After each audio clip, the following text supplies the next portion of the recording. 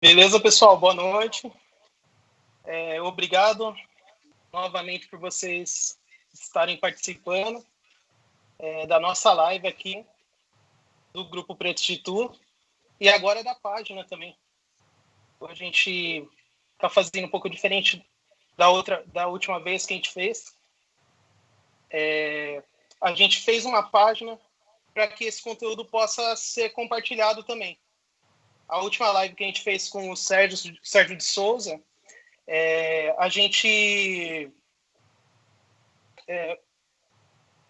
fez no grupo, só que as pessoas não estavam tendo a oportunidade de compartilhar esse conteúdo. Então, o conteúdo de hoje é um conteúdo histórico, é muito conteúdo, com certeza. O nosso convidado de hoje é o professor André Santos Luigi. Ele é PhD em História Social da África e foi uma indicação super recomendada da Rosália. E é um prazer, André, estar conversando com você hoje, nessa data, que é o 13 de maio, né, que foi o dia da Lei Áurea, né?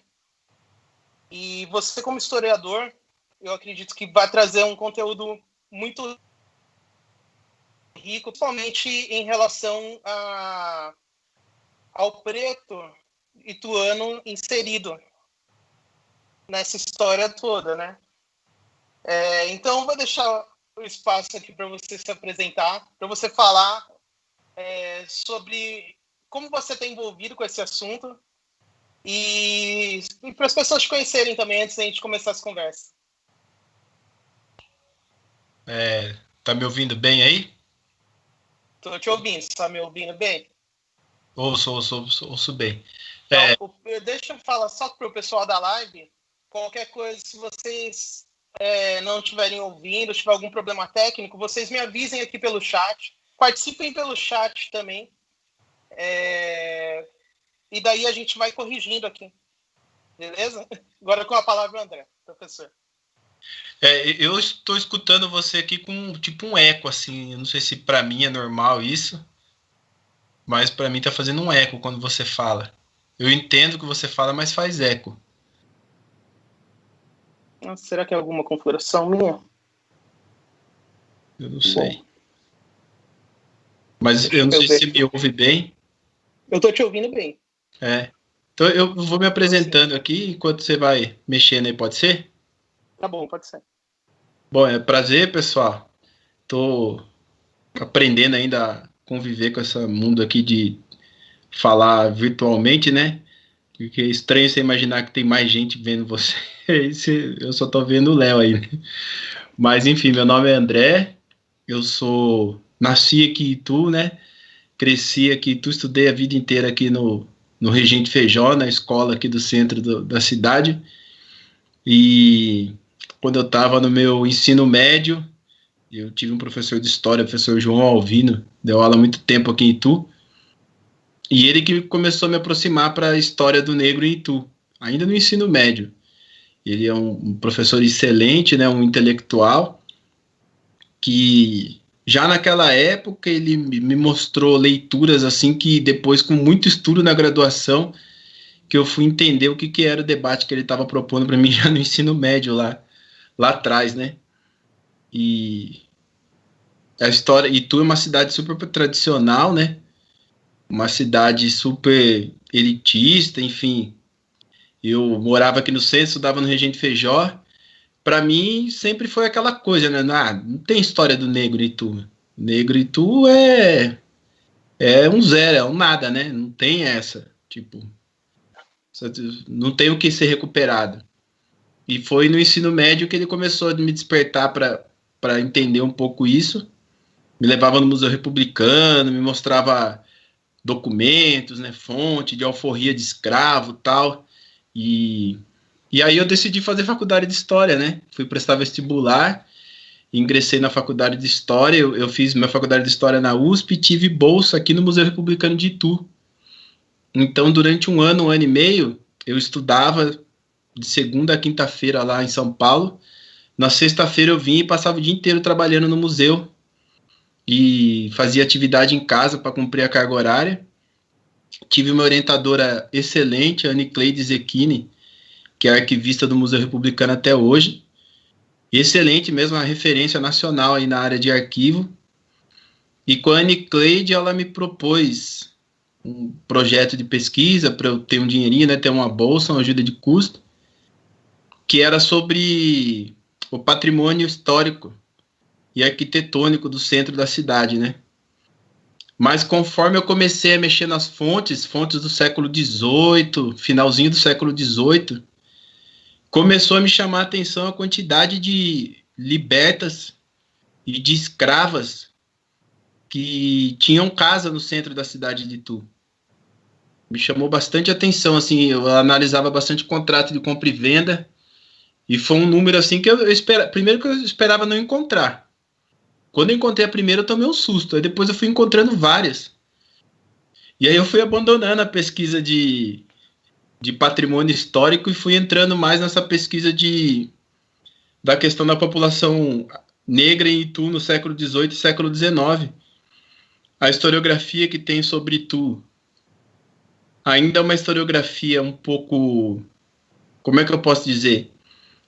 É uma historiografia tradicional. Acho que dá para dizer que é tradicional, porque a historiografia sobre o estudo do negro mudou muito nos últimos anos, vem sofrendo uma revolução, e não tem nenhum estudo assim que venha nessa pegada mais violenta mesmo que a historiografia tem nos últimos anos, principalmente a historiografia feita por um público mais jovem, mais negro, que já está revendo a história de Campinas, está revendo a história de São Paulo, Rio de Janeiro, Bahia, mas aqui de Itu eu não vi ninguém ainda pegar mais nessa pegada. E ao longo da minha graduação eu acabei migrando para a história da África, né? E fui fazer minha pesquisa em História da África. Depois do mestrado eu fiz em Ensino de História da África, que eu era professor do Estado e tal. Eu fui para a área da educação. No doutorado agora eu voltei para a História da África, mas eu sempre continuei pesquisando a história do negro em Itu, até porque eu usava nas minhas aulas e sempre teve essa demanda, né? A gente não conhece a história do negro muito bem, então eu sempre continuei pesquisando. Eu tenho alguns artigos publicados, tenho um plano eterno aí que eu nunca consigo cumprir ele, de escrever um livro que dê conta assim, de um panorama mais de longa duração. Eu tenho uma apresentação no Prezi, depois eu até coloco o link aqui para vocês, que eu comecei a fazer e tá lá em aberto. A ideia é que um dia eu possa ter vários colaboradores para fazer, que é a história do negro em Itu, que eu fui pegando tudo que eu tinha assim de informação e eu dou um tratamento mais didático, assim, mais simples, né? Tipo, por exemplo, teve escravo em Itu? Teve. Qual era a porcentagem de escravo que tinha em Itu? Tal período. Qual depois? Como é que foi? Teve revolta? Não teve revolta? Quando foi? Quando não foi? Então, assim, eu produzo em relação à história de Itu, mas nunca... Não foi meu tema de conclusão de curso, não foi meu tema de mestrado nem de doutorado. Sempre foi uma pesquisa que eu fiz em paralelo. Acho que é isso aí, mais ou menos, para apresentar um pouco da minha história com esse tema. Calma aí, só um minuto. Eu vou tirar meu fone para ver se para de chegar com esse atraso, tá? Vamos ver se melhora. Calma aí. Você está me ouvindo aí? Tô ouvindo bem. Deixa eu desativar meu fone aqui. Acho que vai melhorar um pouco. Melhorou agora? Melhorou, diminuiu um pouco a ideia a sensação de eco. Deixa eu ver se consigo te ouvir. Tá bom. Você está me ouvindo bem aí? Tô ouvindo bem. Ouço bem. Vou colocar o fone de novo, porque eu não tô te ouvindo nada. Mas dá para entender o que você fala. Faz eco, mas dá para entender, sim. Tá. Você não tá com o volume do seu Facebook aberto aí, não, né? Que lembra que eu falei para você para baixar? Do Facebook? Eu acho que é isso que tá dando. O seu Facebook você tem que deixar mutado. Deixa só o volume do Skype aberto. Vê se melhora. Pera aí que agora eu tenho que fuçar. Bom, qualquer coisa a gente vai assim mesmo. Acho que dá para entender, né? Mas assim, eu não tô vendo o vídeo no Facebook. Então beleza. Tranquilo. Eu tô vendo só no Skype. Eu até ia perguntar para você como é que eu fazia para ver o chat aqui. É só entrar na página Pretos de Tu, daí tem o chat lá. Putz, cara, ó, o que acontece aqui é que eu tô vendo duas telas do Skype. É normal? Pode ser isso. Pode Pessoal, ser isso. desculpa, é só questões técnicas mesmo que acontecem. Mas nós vamos continuar aqui. Olha, essa introdução do André, eu acredito que a gente vai ter condições de fazer muitas lives mesmo, porque é um cara que estudou profundamente realmente a situação, a história do preto em Itu. Então, acho que é assunto para muitas lives, mas a live de hoje a gente vai focar na questão da abolição mesmo, né? No 13 de maio, que é a data de hoje, né? Inclusive, André, a gente sabe que algumas pessoas têm uma opinião em relação a essa data, né? Uma opinião um pouco polêmica, vamos dizer assim, pela questão de considerar como uma data histórica, um marco histórico importante para a população preta. Mas a gente sabe que antes de chegar no 13 de maio, antes de ser assinada a Lei Áurea, aconteceram vários processos antes, né, para a população preta. Isso foi como uma trama. Existiram questões econômicas, né, questões políticas, né, e questões de outros tipos de interesse.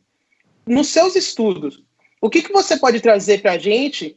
Qual que foi a real vontade do homem branco naquele momento, dentro do seu privilégio, de libertar os escravos? E trazendo isso para o contexto ituano também, histórico. Tá bom.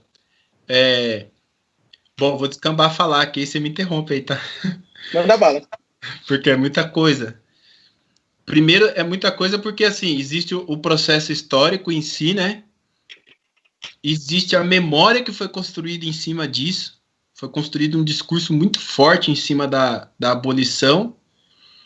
E em cima o próprio governo republicano cria um discurso muito forte sobre si próprio, né?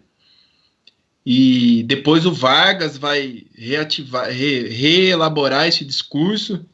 Então, quando a gente fala hoje de historicamente, né, não simbolicamente da abolição, a gente tem que tirar várias camadas de discurso do processo histórico.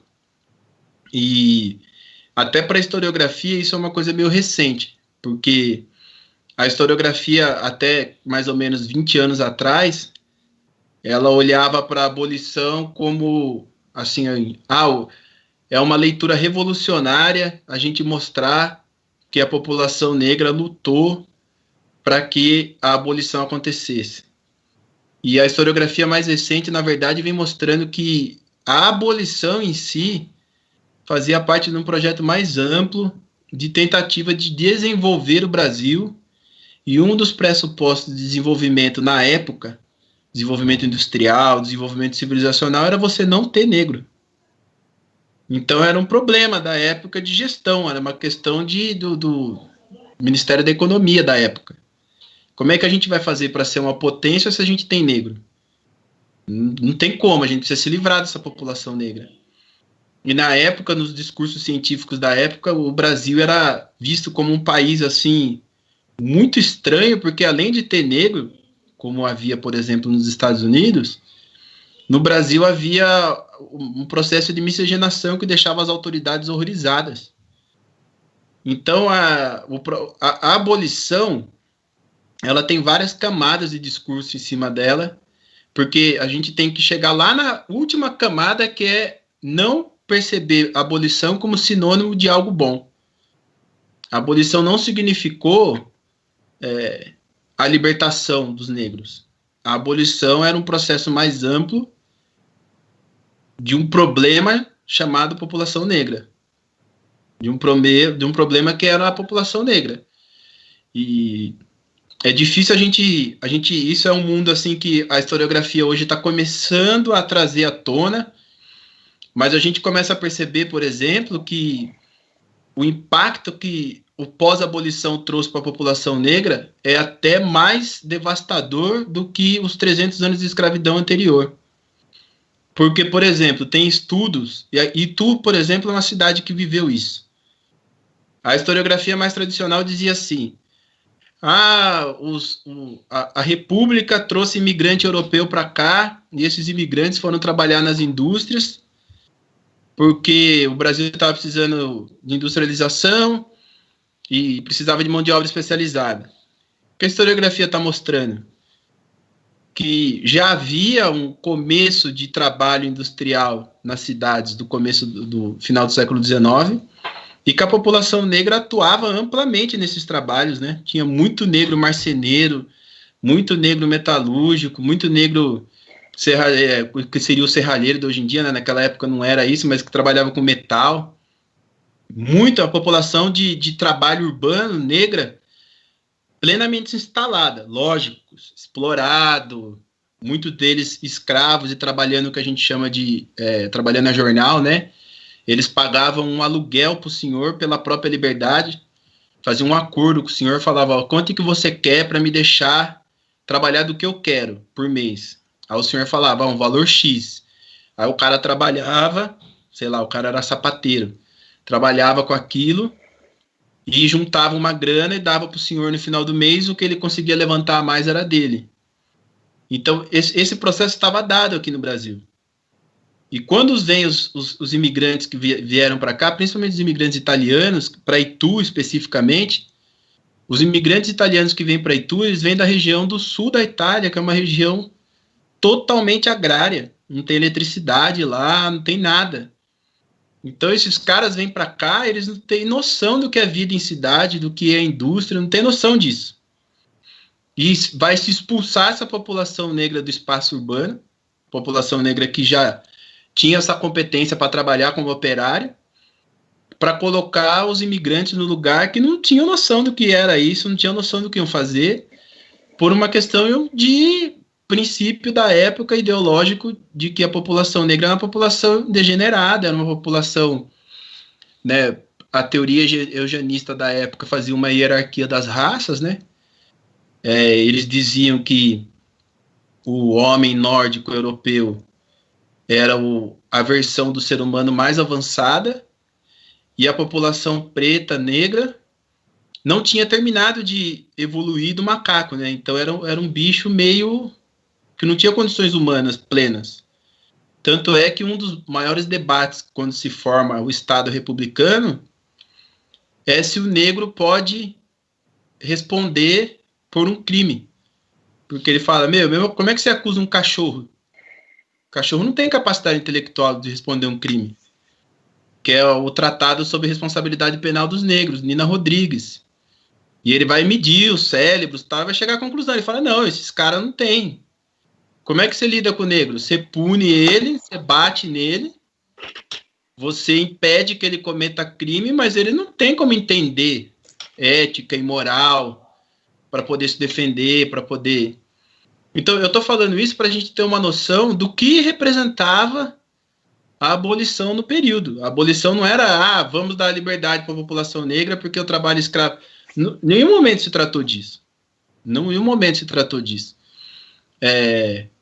E uma leitura que a gente aprende também no ensino médio, toda distorcida, a gente aprende assim, a Inglaterra combatia o tráfico e queria a abolição do tráfico. E aí, normalmente, a gente já junta com a ideia de abolição da escravidão. A Inglaterra nunca quis a abolição da escravidão, a Inglaterra queria a abolição do tráfico. Por quê? Porque ela estava dominando várias regiões da África e a mão de obra que ela queria escravizar na África estava vindo para o Brasil e para os Estados Unidos, para Cuba. Então ela queria a abolição do tráfico. Se os caras não atravessassem o Atlântico com os escravos, e esses escravos ficassem na África, estava tudo certo. Essa discussão da abolição do trabalho escravo vem só para o final do século, mas daí vem nessa chave de que se está trazendo um monte de população primitiva, incapaz de se tornar ser civilizado, tirando da África, que é onde eles deveriam ficar, que é o habitat natural, o habitat, né, da brutalidade e do primitivismo da população negra, e eles estão vindo para cá para destruir as nações que poderiam vir a se tornar nações civilizadas desde que resolvesse esse problema. E tu tá no coração disso, cara. E tu tá no coração disso. Grandes pensadores, a gente tem às vezes essa visão que o Brasil é uma grande bagunça, né? Mas o Brasil teve grandes teóricos de Estado, o Brasil teve grandes arquitetos políticos, grandes, assim, caras que montaram o Estado, montaram o sistema jurídico, o sistema penal e sistema tributário do mundo inteiro invejar, só que eles montavam para os interesses deles, né? E tu produz parte dessa inteligência aí que vai montar o Estado imperial e depois vão ajudar a montar o Estado republicano. A gente, às vezes, eu não sei se vocês já cruzaram com isso, com lideranças negras do começo do século XX que são monarquistas.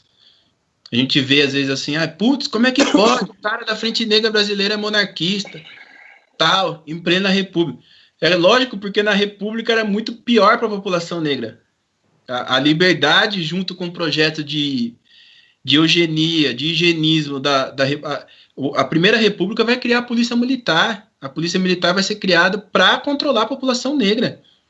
Né? Você não entende hoje esses números de 60 mil assassinados no Brasil, 73% é negro, e aí você vai ver o número de morte produzida pela Força Militar no Rio de Janeiro, em São Paulo.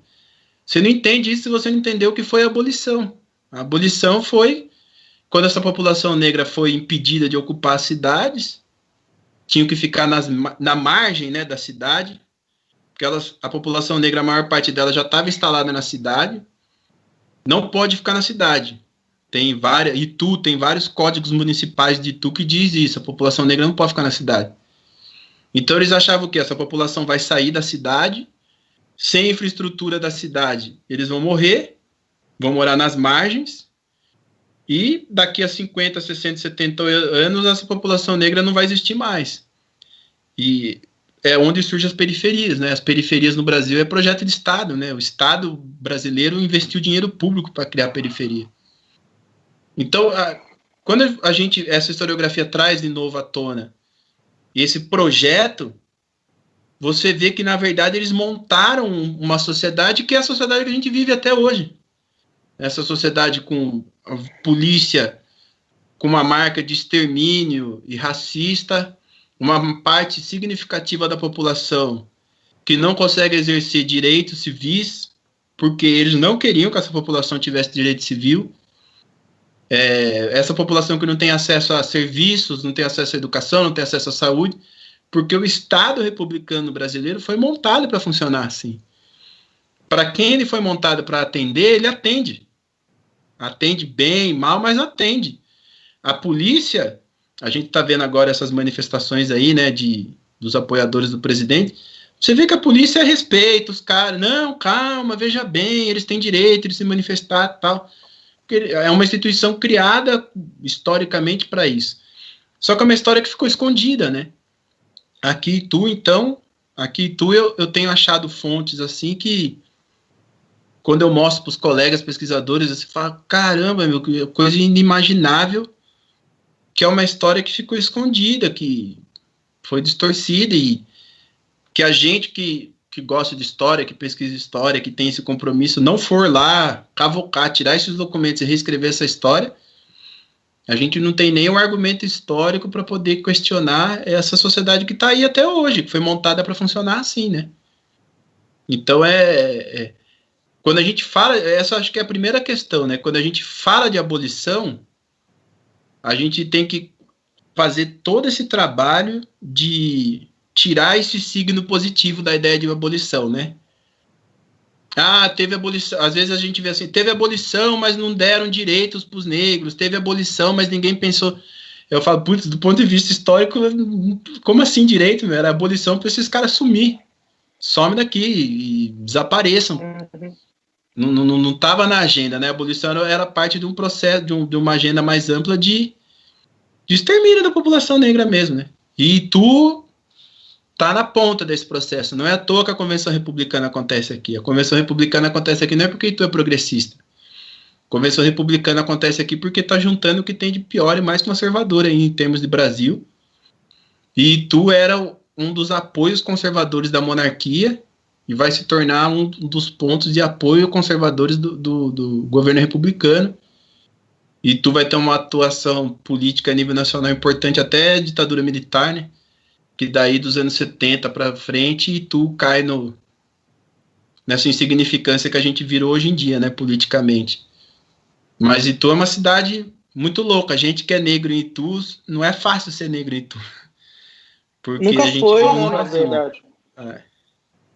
E não sei aí o que mais, eu não fico falando muito aqui, não sei se você tem alguma pergunta, mais alguma coisa de alguém aí. Cara, eu tô aqui só escutando e admirado de saber tantas histórias. E a minha cabeça tá fazendo uma ligação dentro de tudo que você coloca.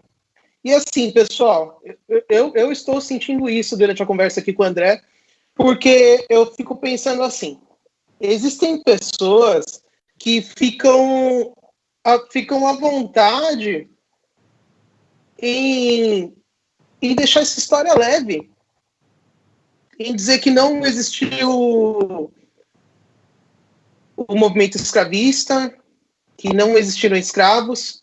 Vocês estão me ouvindo aí? Você está me ouvindo, André? Tô ouvindo bem. Ah, tá, deu uma cortada aqui, desculpa. Imagina.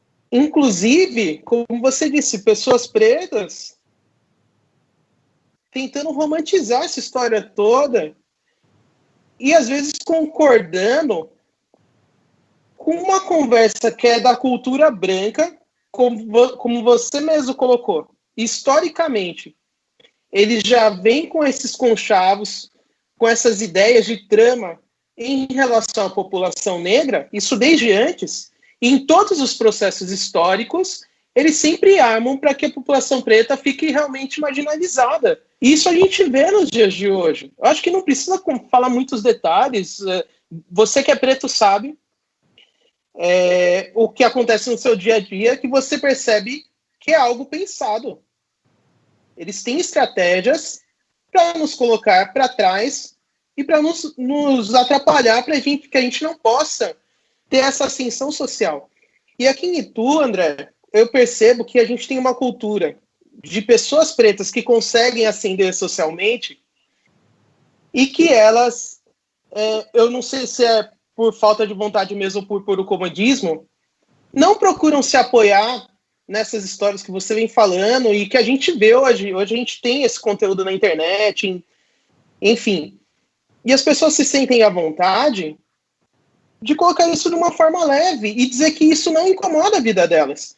Hoje mesmo eu ouvi um comentário assim, dizendo que a gente não deve se queixar quando nós, pretos, somos apenas dentro de um ambiente de pessoas. Somos apenas uma pessoa preta dentro do ambiente de pessoas. É claro que a gente tem que se incomodar, cara, porque é muito injusto isso. Como você disse, foi tudo tramado. E não houve, em momento algum, por parte da população branca, um reconhecimento dessa falha social. A gente sabe que a abolição dos escravos, na verdade, foi um divisor de água social no Brasil. Inclusive, que traz problemas sociais tanto para a pessoa preta quanto para a pessoa branca. Né? E por que a gente não consegue ter essa sensibilidade? E a gente e existem pessoas pretas, que isso a gente tem que mudar, que ficam à vontade de dizer que nada disso nos atrapalhou, que nada disso nos atrapalha mais. Né? E aqui em Itu, a gente tem esse histórico racista e violento que acontece até hoje. Eu li alguns artigos porque o Sérgio, na última live, ele contou uma história aqui pra gente do Luiz Gama. O Luiz Gama foi um advogado preto, né? Ele participou ativamente do processo abolicionista. Ele chegou a libertar, parece que 500 pessoas pretas, né? 500 escravos, né? Através de libertação pelas leis mesmo, porque tiveram várias leis que foram promulgadas durante esse tempo, antes de chegar e ninguém cumpria essas leis. E esse cara começou a usar, né, o jeito dele para advocacia para libertar esses escravos. Então ele chegou a libertar uma média de 500 escravos, né? E conta uma história, né, que é real, é verídica, que 4 escravos ituanos mataram o senhor deles, né, o senhor do engenho lá, assassinaram esse cara e foram presos. E daí diz que a população branca ituana ficou revoltadíssima e queria matar esses caras. O Luiz Gama, sabendo dessa história, queria vir para Itu imediatamente para ajudar esses escravos. E daí algumas pessoas próximas dele disseram que não era para ele vir porque ele ia ser assassinado junto com esses escravos, fatalmente, pelo fato de ele ser preto. E mesmo assim ele ainda tentou vir aqui para Itu e não conseguiu. E realmente a população invadiu a cadeia e matou os 4 escravos. E é legal que o Luiz Gama foi o primeiro cara que colocou na questão da lei. Travado meu vídeo também. Agora destravou. O Luiz Gama foi um dos primeiros caras que colocou na forma da lei a questão de legítima defesa do escravo. Ele coloca que quando um escravo mata o senhor, né, dele, ele está agindo em legítima defesa. E daí... Porque ambíguo que a gente vê nos dias de hoje... O vídeo está travando muito. Calma aí. Só um minuto, gente. Tá travando, eu vou devagar aqui para aguentar. A gente vê nos dias de hoje a mesma situação. Não mudou nada, né? A questão do encarceramento do jovem preto. Não se discute essa legítima defesa. Não se discute a questão de falarmos de racismo no nosso direito. Sempre há uma intimidação e as pessoas se sentem confortáveis em colocar essas coisas dessa forma, sem conhecer todas essas histórias que você nos contou agora. Inclusive nos afastando dessas histórias para a gente nunca ter álibi. Obrigado pelo conteúdo. Tudo. Tá sentindo isso que eu tô sentindo. Pensando nas histórias dessas pessoas que passaram antes da gente e que viveram exatamente o que a gente vive hoje, tanto tempo depois. Então, a gente tem que ter essa consciência e conversar entre nós, pretos, para a gente disseminar essas histórias, para a gente criar um pensamento coletivo sobre o que acontece hoje. Né? E assim, Léo, a nossa sociedade, né, agora a gente com essa eleição desse governo de extrema direita, né, que a gente tem visto um discurso radical, e agora a gente está vivendo aí a tensão de que esse discurso radical se torne, de fato, né, uma prática ainda mais radical. É muito louco, porque se você for olhar do ponto de vista da população negra, essa radicalidade nunca deixou de existir, né? Essa radicalidade, essa violência nunca deixou de existir. Então, assim, por exemplo, sei lá, aqui tu, por exemplo, vários processos que eu encontro aqui de liberdade são sempre processos de liberdade que às vezes o escravo compra a própria liberdade, o senhor, né, reconhece a liberdade, vai no cartório, faz lá lavra uma alforria, mas eles passam a ser chamados de libertos. E o que isso quer dizer? Isso quer dizer que esse cara, ele pode revogar a alforria do escravo no momento que ele quiser. Se ele estiver na rua e esse escravo não prestar reverência para ele, ele pode revogar a alforria. Então, assim, é uma sociedade que ela mantém o controle sobre o negro, da posição do negro, a subserviência do negro, né, de uma maneira muito forte, assim, muito restrita. Você contou essa história do Luiz Gama, eu vou citar para vocês uma história, para vocês terem uma noção do que é Itu. que é a vila de Itu, né? Itu, no auge da economia de Itu, é diferente do que é para o resto do estado de São Paulo, né? Itu vai se tornar uma cidade muito rica no final do século XVIII, produzindo açúcar. Itu não entra no ciclo do café. Itu produz açúcar, e aí a partir de 1850, 1860, quando explode a produção de café, Itu está entrando em decadência econômica. Itu mantém um protagonismo político, mas entra em decadência econômica. Então, Itu, por volta mais ou menos de 1830, mais da metade da população da vila é população escrava. Então, você coloca aí, se metade da população da vila é escrava, e Itu, nesse período, é a cidade mais rica do estado de São Paulo, da província, né? Itu tinha tudo para ser, caminhava para ser, talvez, a capital da província, né? Ser o que é São Paulo hoje. E depois, como Itu não entra no ciclo do café, ele fica para trás. Estou resumindo aqui, né? Resumindo o resumo do resumo do resumo. Mas é para a gente ter uma dimensão que Itu, nesse período de 1830, era uma cidade quase africana. Eu tenho visto fontes que apontam isso assim claramente. Viajantes que falam, olha, eu estava andando pelas ruas da cidade e eu não escutava falar português, só escutava falar dialetos. Tem duas irmandades, que são irmandades símbolos de comunidades afroatlânticas, que a gente chama, né? Que são... essa população africana que vem aqui para Itu, principalmente, que é uma população africana de matriz, que a gente chama de matriz banto, são populações que não têm muita noção de indivíduo, né? Eu, indivíduo. Então, a identidade do cara, a personalidade do cara se dá a partir do pertencimento dele à linhagem dele. Quando ele é arrancado da linhagem dele, isso é uma estratégia, né, do tráfico de escravos, eles pegavam esses escravizados e misturavam de origens distintas, para nunca ter perigo de dois escravizados da mesma linhagem se encontrarem aqui nas fazendas vizinhas, tal, porque esses caras era o laço sanguíneo, né? Era a família extensa, né? A família nessa região banto não é a família de pai, mãe e filho, a família extensa, todos os primos, todos os tios, e normalmente é matrilinear, né? O descendente não é descendente do pai, ele é descendente da mãe.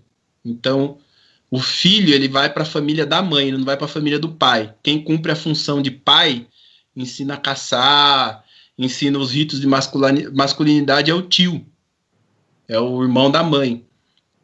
Então, esses caras, quando eles vêm para cá, eles não têm essa noção de liberdade ocidental, individual. A noção de liberdade deles é de linhagem.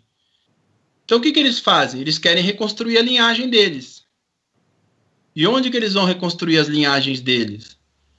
Eles vão reconstruir criando irmandades dentro das igrejas católicas, que eram irmandades que eram permitidas pelos colonos brancos que esses negros se filiassem. Então, eles vão escolher santos negros, né? São Benedito, por exemplo, Nossa Senhora do Rosário também, porque Nossa Senhora do Rosário, ela tem um rosário na mão que lembra ancestrais de matriz africana banto, e eles vão criar essas irmandades, e essas irmandades que os brancos viam como uma aculturação são, na verdade, uma recriação da linhagem africana aqui na América, né? Então, como que você sabe se uma cidade tinha uma presença africana muito forte? Quando você encontra essas irmandades, que são irmandades afroatlânticas, que a gente fala. São irmandades que tem em Luanda, são irmandades que tem em Lisboa, são irmandades que tem no Rio de Janeiro, tem em Salvador, tem em Minas Gerais. Então, o cara que fazia parte dessa irmandade, que precisasse sair de Itu, por exemplo, e ir para o Rio de Janeiro, ele era acolhido pela irmandade lá do Rio de Janeiro. Se ele ficasse doente, se ele sofresse um acidente, perdesse uma perna, ele não tinha parente, ele é escravo, perdeu uma perna. Como é que faz? Quem cuida de você? É a irmandade.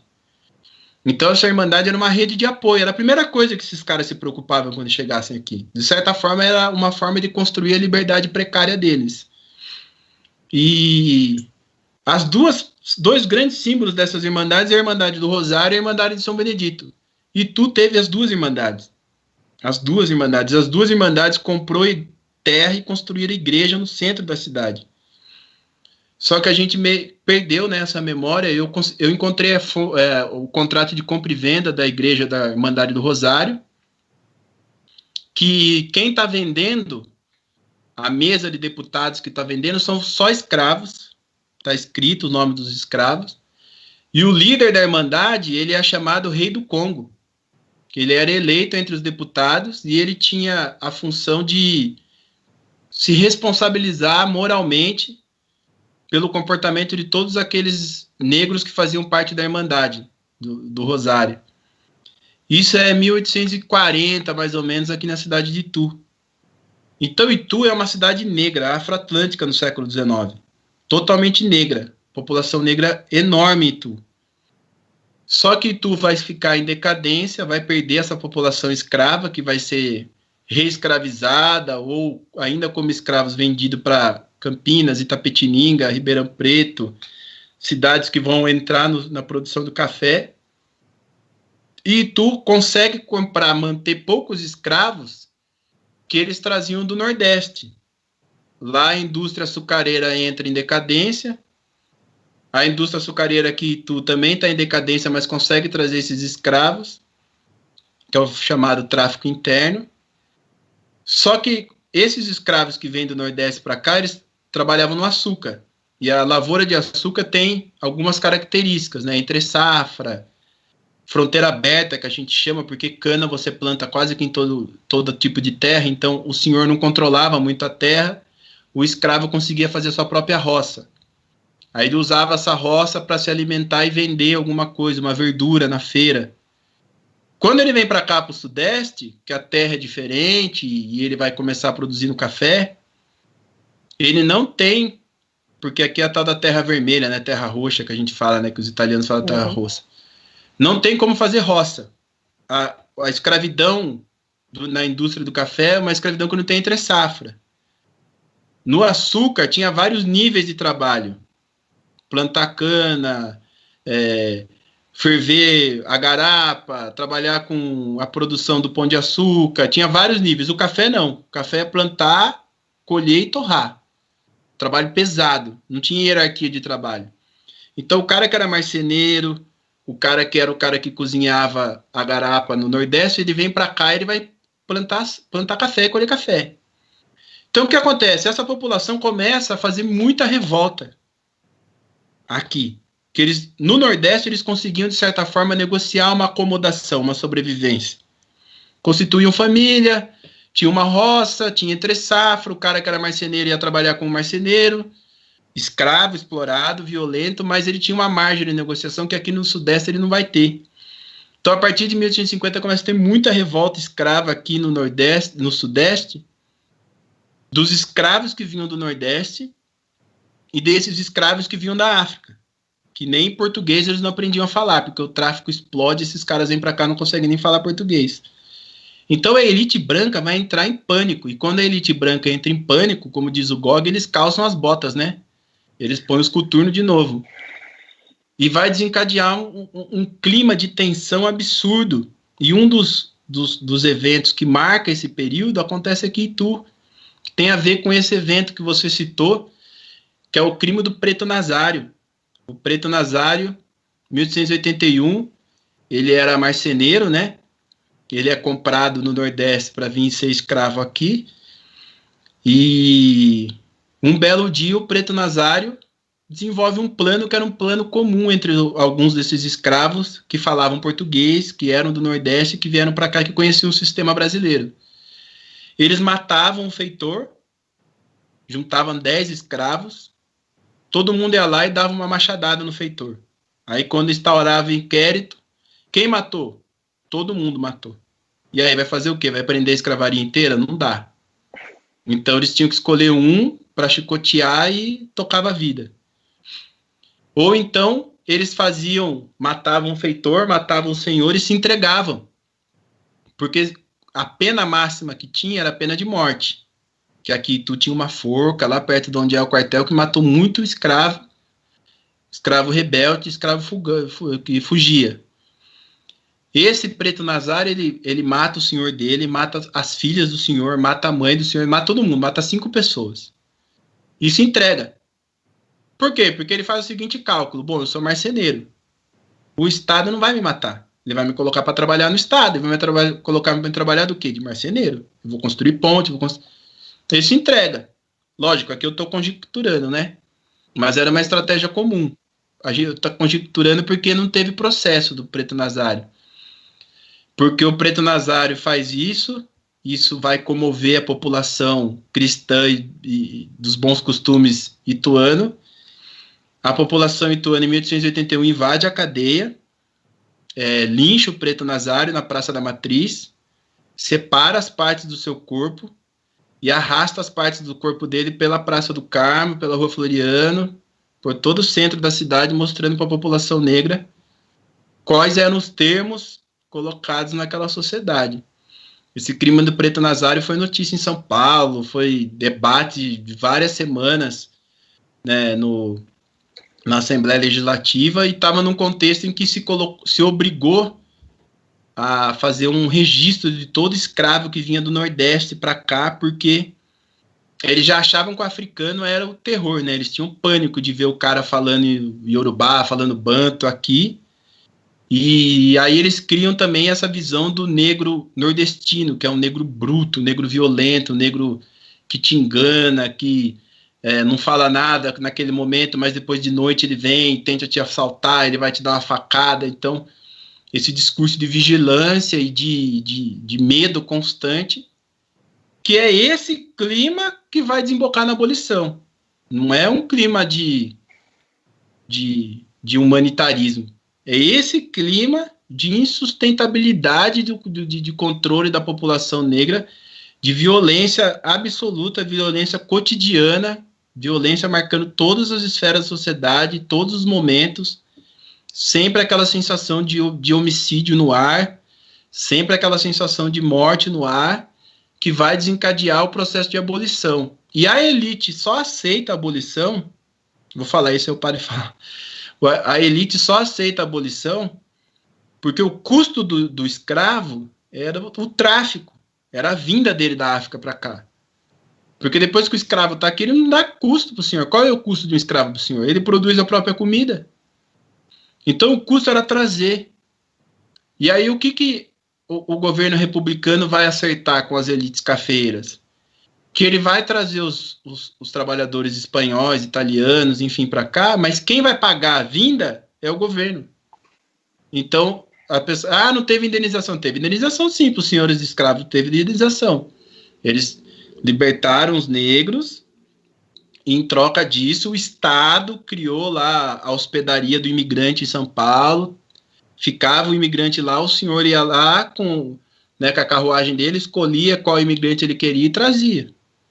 Então houve, só por causa disso, era um plano de desenvolvimento e de modernização civilizacional do Estado, da cidade, que ia substituir essa população preta pela população branca com subsídio público do Estado. É isso que eu ia falar, já falei um tempão aqui. Cara, que doideira. Doideira, é muita coisa para absorver. Eu estou aqui atônito, porque faz muito sentido muitas coisas que acontecem com a gente ainda no dia de hoje. E que são frutos de toda essa história, né? Inclusive, parece que as primeiras escolas públicas, né, elas foram criadas para os filhos dos imigrantes, né? Esse também foi um acordo, né, entre o governo e os fazendeiros, né? Tipo, o pessoal vai vir para cá e a gente vai dar escola para eles também. Eles vieram com toda a infraestrutura, né? Então, realmente, houve uma indenização por eles abrirem mão dos escravos, né? Mas e pro preto? Isso que eu te pergunto agora, André. A gente entra mais pro assunto da live, pro preto ituano.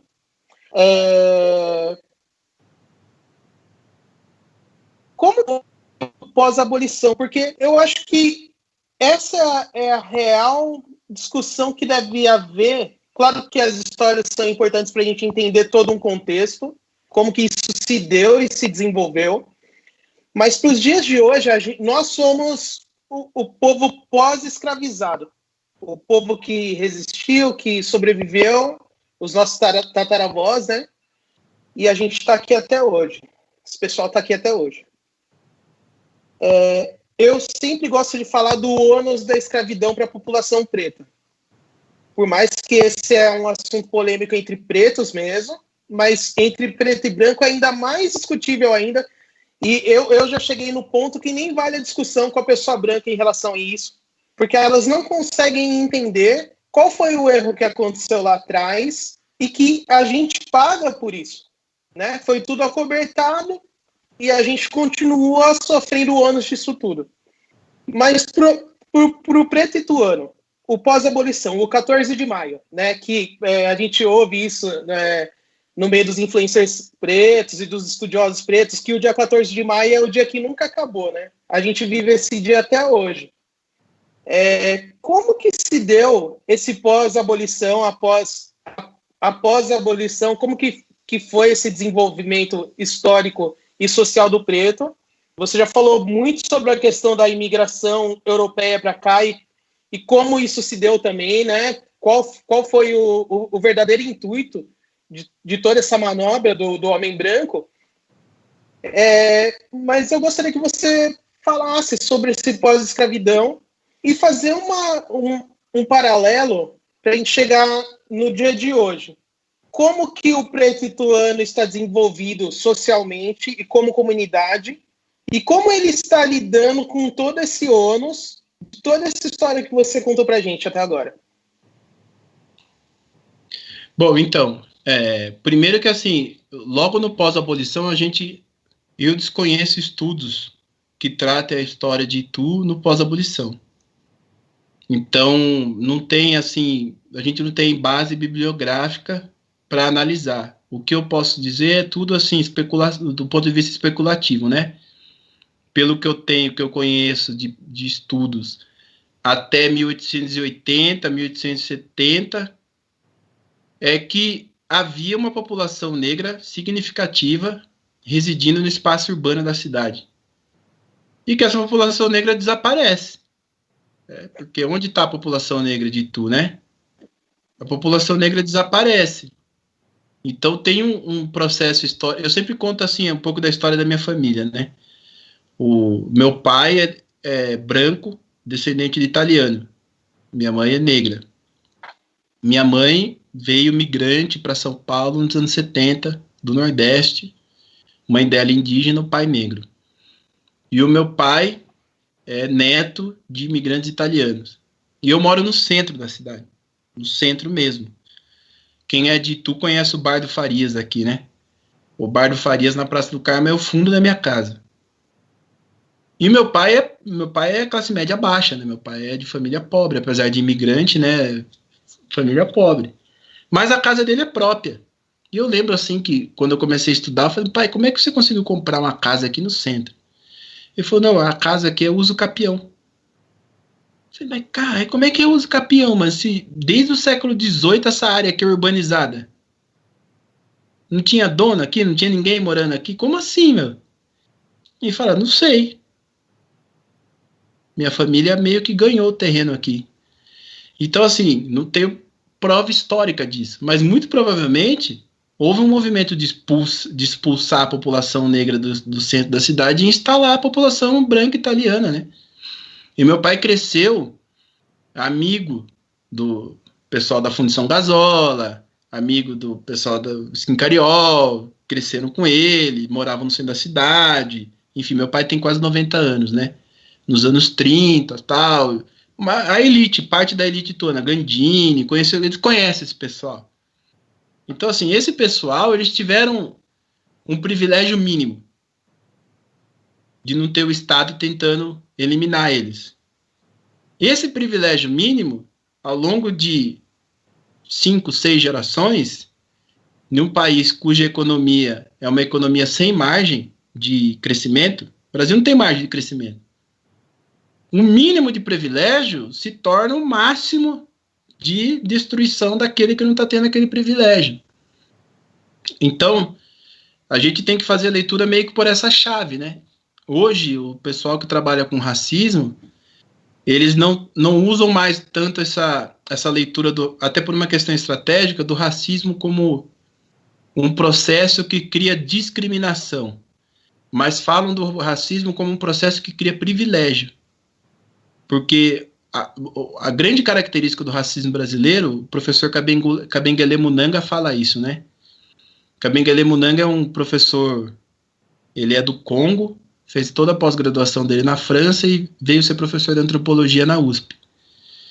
E ele fala isso, eu vim para cá, para o Brasil, não queria estudar racismo, queria estudar antropologia, etnografia das populações africanas. Mas eu fiquei tão chocado com a cegueira que existe sobre racismo no Brasil, que eu abandonei. E ele cria a teoria do crime perfeito, né? Ele fala o racismo no Brasil é um crime perfeito. Por quê? Porque você vê o crime. Ninguém nega que tem discriminação racial. Você vê o crime, tá lá o corpo estendido no chão, né? Ele até fala isso.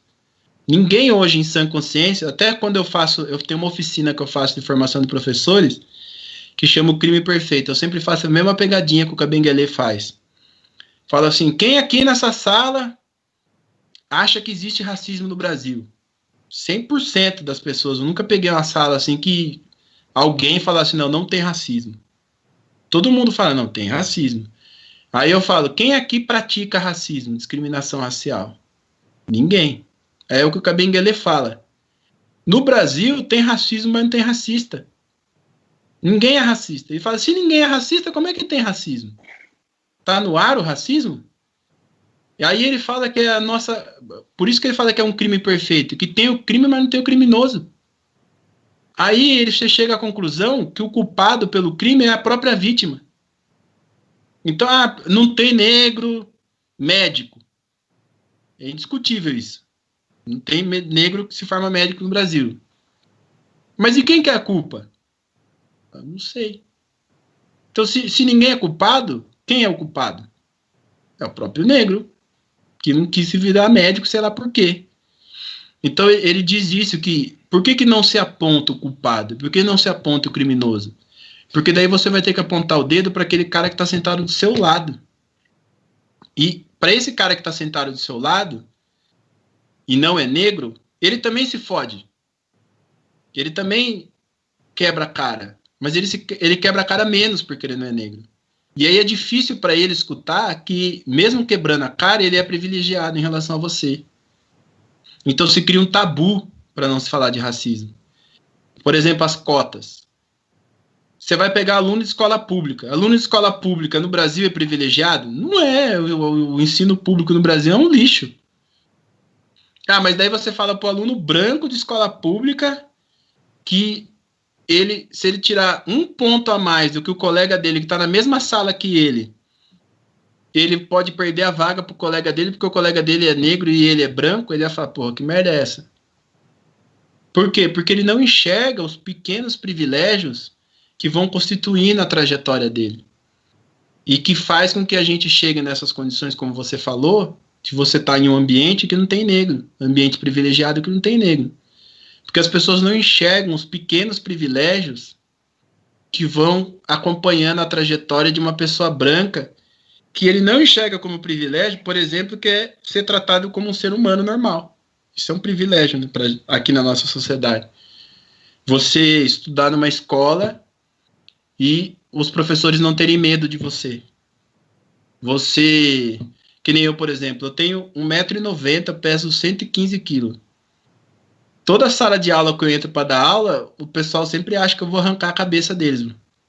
Nossa, esse professor aí é vida louca, se eu falar alguma coisa, ele vai arrancar uma arma e vai me dar um tiro. Mas isso daí depois você contorna, tal, não sei o que. Tudo bem, mas eu fico pensando, quantas oportunidades de emprego não fecha a porta para mim? Quantas pessoas que não olham o meu currículo, não me dão uma chance de dar uma aula teste para eu poder mostrar, não, eu sei dar aula de história, eu estudei, eu me preparei para isso. O pessoal olha para mim e pensa, quantas vezes eu não lidei com isso, né? O cara é inteligente, estudioso, mas às vezes conversando, até no meio acadêmico, o pessoal fala assim, porque parte do pressuposto que eu já vi muito homicídio, parte do pressuposto que eu já tive muito contato com o tráfico, parte do pressuposto que eu tive contato com violência. Eu falo, não, velho, não tive contato com nada disso. Eu sou um negro filho de pai branco que foi protegido de que 90% das pessoas negras são expostas na juventude. Eu sofro racismo, eu pago pelo racismo, mas justamente pelo fato de não ter pai e mãe negro, porque se eu tivesse pai e mãe negro eu tava fudido mesmo. Mas por ter um pai branco, ele me colocava numa condição que as pessoas, até os meus 15, 16 anos, as pessoas me elogiavam falando que eu era moreno, né? Ah, você não é negro, você é moreno. Tal, você é moreninho. Então, assim, é muito difícil esse tema do racismo no Brasil, porque a pessoa branca, não negra, ele se sente ofendido quando você diz que ele tem privilégio por não ser negro. E aí, para evitar o conflito, aí chega mais ou menos naquilo que você está falando. Por outro lado, você se descobrir negro, se descobrir no meio desse processo, é muito difícil, é muito pesado isso. A gente, às vezes, né, quando a gente que está na militância, na luta, a gente fala, não, tem que ser assim. Eu lembro quando eu estava dando uma dessas oficinas para adolescentes, uma menina falando sobre cabelo, tal, que a gente que é homem negro, a gente raspa o cabelo e as meninas alisam. E aí a menina chorou, cara, falou assim pra mim, é muito fácil para você falar para mim não alisar o cabelo. Eu não tenho namorado, eu nunca beijei na boca. Ninguém me convida para passear. Eu vou entregar currículo, ninguém me dá uma chance de trabalhar. Tingir o cabelo, alisar o cabelo para mim. Hoje mudou. Hoje a mulher negra já conseguiu abrir um espaço nessa pauta da questão do cabelo, que foi uma revolução. Eu, que tenho 36 anos, vivi essa revolução. De ver como era antes, era inaceitável uma mulher sem ter o cabelo alisado. Ou era o cabelo alisado, ou era o cabelo preso, se fosse crespo. Pro que é hoje, a afirmação do cabelo das meninas. Mas você se reconhecer negro, você se afirmar, é um peso social, um peso emocional, um peso psicológico que não é fácil. Aí muitos negros escolhem ou o caminho da descrição, tipo, eu vou esquecer que eu sou negro. Ou então alguns vão além. Eles falam, não, eu vou usar a minha condição de negro para agradar as pessoas não negras e falar, não tem racismo. Eu nunca sofri racismo. Isso daí é mimimi e tal, não sei o quê. E as pessoas vão jogando, né, com esse trauma, com esse dano que é lidar e reconhecer, despertar para o racismo, que a gente como sociedade não está preparado para isso, né? A psicologia, faz 5 ou 6 anos que a psicologia aqui no Brasil começou a abrir campo de pesquisa para tratar com o trauma de pessoas negras quando se percebem negras. Hoje a psicologia já consegue lidar com isso. Mas é coisa super recente, né? Então é muito difícil, muito difícil. É complicado, é uma situação que a gente que se reconhece como negro não consegue mais voltar atrás, mas eu sempre falo, não é fácil, cara. É um caminho que não é fácil. Quando você entende, cada segundo da sua vida, você percebe isso acontecendo ao seu redor. Cada segundo, cada movimento, cada coisa que você faz, você percebe. E você se acostumar com isso, conseguir tirar o máximo de você, focar no seu trabalho, focar na sua família, no seu filho, no seu relacionamento, conseguir desenvolver, ter uma estabilidade emocional mínima para poder tocar a sua vida e ao mesmo tempo conviver com esse ambiente, né? É complicado, é difícil. É muito difícil. Cara, que doideira. Tô pensando, tô absorvendo tudo que você tá trazendo aqui. E pensando, eu sempre fui muito consciente, porque os meus pais, né, eles passaram isso de uma forma muito inteligente, por sinal. Eu gosto de falar que na outra live eu falei isso e que eu cresci dentro. Eu fui muito privilegiado na questão da educação, porque minha mãe, a minha avó materna é daqui de Itu, e daí ela vai para São Paulo para trabalhar numa tecelagem, e ela é do pós-escravidão também, né? Então acho que ela pega um período. São histórias que realmente a gente não conhece, a gente vai ter que buscar mais isso para entender melhor, né? E daí, eu sei que minha mãe contou que teve um processo aqui em Itu, que muitas pessoas pretas que trabalhavam aqui, com certeza, para essas famílias italianas, que são descendentes dessas pessoas que vieram para cá trabalhar, e também das pessoas que eram antes escravistas, essas pessoas negras continuaram, depois de um certo tempo, elas voltaram a trabalhar para essas pessoas, com certeza numa condição muito ruim. E a minha avó era uma dessas pessoas, ela trabalhava numa tecelagem, ela trabalhava numa fazenda aqui, ela nasceu nessa fazenda e continuou trabalhando nessa fazenda, e num dado momento ela é cooptada por um grupo de empresários paulistanos, e ela vai para lá trabalhar, e daí ela faz a vida dela lá em São Paulo. E daí minha mãe volta para cá depois de um bom tempo, eu já tinha nascido, minha irmã e tal, e minha mãe vai trabalhar primeiro no jornal Periscópio, e depois ela trabalha de secretária no Colégio Terra de São José. E daí eu e minha irmã vamos estudar no Colégio Terra de São José. Nós éramos um dos poucos pretos. E daí minha mãe, de uma forma muito inteligente, ela consegue trabalhar essa questão de eu estar dentro de uma bolha preta e de uma bolha branca e rica, mas nunca deixar esquecer as minhas origens. O fato de eu ser preto, todo o histórico, sem fazer o vitimismo, como esse pessoal sempre coloca, mas ela sempre deixa bem claro isso, que a gente está numa situação desfavorável. E ela fala isso sempre dessa forma, assim, só tem você de preto na sua classe. Você e sua irmã são um dos poucos pretos que tem na escola. E eu me lembro claramente de uma vez que teve um negócio de fantasia lá na classe da minha irmã. Era bem novinha, minha irmã já era um pouco mais velha. E daí tem o lance da fantasia e tal. E eu lembro da minha mãe vestindo a minha irmã de africana. Cara, foi uma coisa incrível, assim, pra minha infância. Que toda uma visão de origem. Mas agora eu vou falar para o grupo e vou falar para você e para as pessoas que estão acompanhando. A gente sente um frangalho mesmo da nossa história quando se fala do pós-abolição. É um buraco, né? Essa coisa da pessoa que é descendente de europeu falar, ai, meu avô era italiano, não sei o que, sabe o sobrenome. Hoje em dia, até as pessoas se verem, né, fora, né, e consegue sair de uma situação social aqui no Brasil que é complicada e vai para a Europa e consegue fazer a vida e consegue ajudar as pessoas aqui. E daí a gente fica nesse limbo, sabe? Sem saber realmente para onde ir, porque a gente não sabe de onde a gente veio. É muito louco isso, cara. Realmente um lance que pega no nosso psicológico, principalmente, né? Eu achava que o ônus do pós-escravidão era só a questão da violência na escravidão, né? E depois também a gente sabe as histórias que realmente a gente foi deixado de canto, foi marginalizado. Mas eu não imaginava que foi tramado de uma forma tão fria assim, a ponto de fazer a gente desaparecer como sociedade mesmo.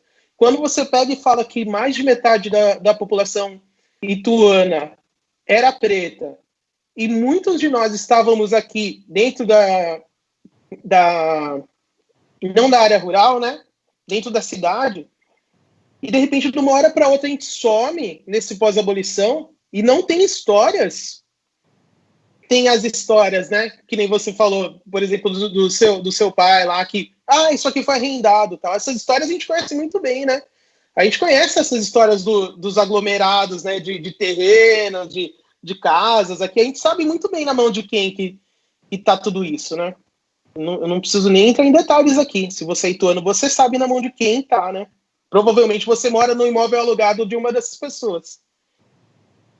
Mas você vê a dificuldade, cara, que o preto ituano tem.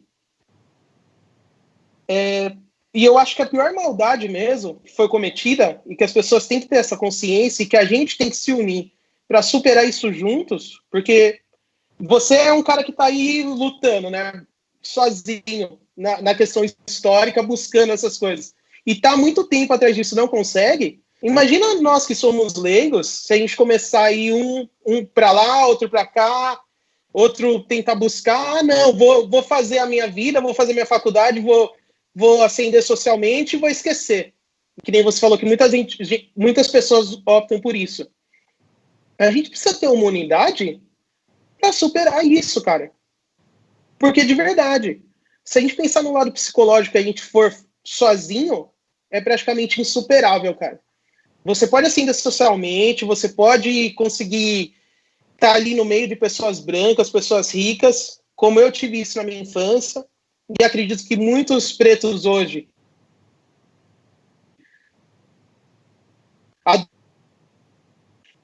mas a gente tem uma cultura assim, uma cultura maldosa, uma cultura racista, uma cultura que trama o tempo todo e vai colocar a gente marginalizado aqui, e que não vai deixar o privilégio dela para te ajudar a superar isso, esse limbo que a gente vive. Então, assim, se a gente, como sociedade preta ituana, não se juntar para superar esse buraco do pós-abolição, e acho que na data de hoje faz todo sentido a gente discutir sobre isso, inclusive você trazendo esses dados históricos, a gente não vai conseguir superar isso, cara. Isso que eu sinto. Um dos propósitos desse grupo e dessa página é que a gente tenha um engajamento, que a gente converse, que a gente troque ideias, que a gente fale dessas situações, que a gente busque essas questões históricas, principalmente conversar entre as famílias, gente. As famílias pretas, trazer para participar da live, para conseguir absorver esse conteúdo. E eu acredito que a hora que for sentar para jantar, ainda mais agora de pandemia, tá mais unido dentro de casa, esses assuntos vão vir à tona e a gente vai começar a buscar essas histórias do pós-escravidão e do pós-abolição, vai começar nas nossas famílias mesmo. Sabendo uma história dos nossos avós, dos nossos bisavós, dos nossos tios, e a gente começar a buscar isso, fazer um movimento aqui dentro do nosso grupo, expondo essas histórias, para a gente conseguir sair desse limbo. Eu acho um absurdo mesmo a gente não ter referência nenhuma do pós-abolição. É uma doideira. Realmente não dá para considerar essa data, depois de toda essa história que você contou para a gente. E não tem como a gente valorizar cada vez mais o Dia da Consciência Negra, que é um dia que faz todo sentido para a gente, porque pelo menos a gente sabe de uma história de vitória, uma história de resistência, para se apoiar e saber que a gente é capaz de superar.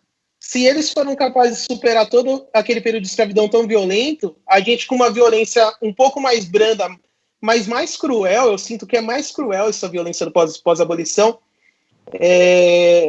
a gente vai ter força para conseguir superar tudo isso.